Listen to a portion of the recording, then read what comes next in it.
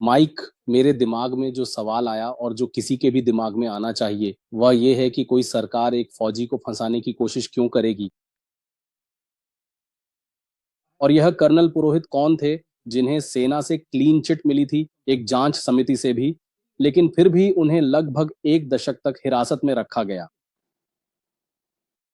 और मैं अपने श्रोताओं को कर्नल पुरोहित के बारे में संक्षिप्त जानकारी दूंगा। कर्नल पुरोहित वह व्यक्ति थे जो जांचकर्ता की भूमिका में थे, वे जांच से जुड़े हुए थे। वह पहले व्यक्ति थे जिन्होंने भदवान मॉडल के बारे में खुफिया एजेंसियों का ध्यान आकर्षित किया था। वह आतंकवादियों के बीच घुल मिल जाया करते थे। वह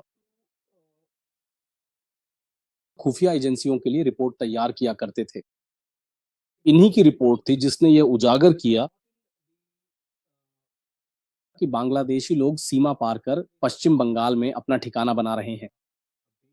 इन्हीं की रिपोर्ट ने बांग्लादेश के जमात उल मुजाहिदीन और जमात ए इस्लामी के गठजोड़ को खुफिया एजेंसियों के सामने लाया।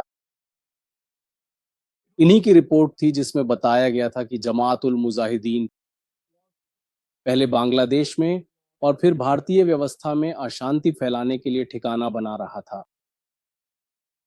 उन्होंने ही इस पूरे मामले को डिकोड किया, वही थे जिन्होंने इसे समझा। असम, त्रिपुरा, पश्चिम बंगाल के कनेक्शन से इस्लामिक नेकलेस की रचना की जा रही थी। जो लोग उनकी जांच कर रहे थे, एनआईए, वे भी हमारे साथ आए और इस रिपोर्ट से सहमत हुए कि यह इस्लामिक नेकलेस योजना बांग्लादेश के जरिए चल रही है, लेकिन वे उनकी भी जांच कर रहे थे। तो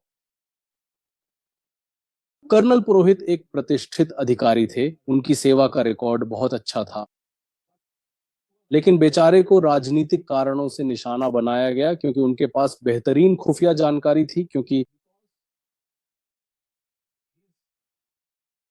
उनके पास जो खुफिया रिपोर्ट थी वह उन दिनों सत्तारूढ़ पार्टी के शीर्ष राजनीतिक हलकों को शर्मिंदा कर सकती थी। इसलिए उन्हें स्पष्ट रूप से निशाना बनाया गया क्योंकि वे बहुत कुछ जानते थे। तो यह है कर्नल पुरोहित की कहानी।